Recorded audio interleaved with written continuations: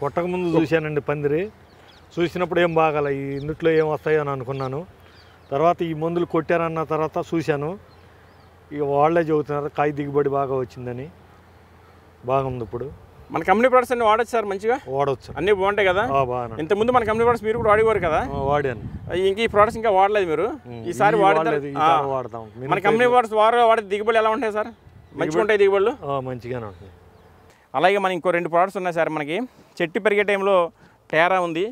టేరా అనేటువంటిది మొక్క పెరిగే టైంలోని, అలాగే పూత టైంలో మన కంపెనీ ఫ్లోరా ఉంది. టేరా, ఫ్లోరా, లారా.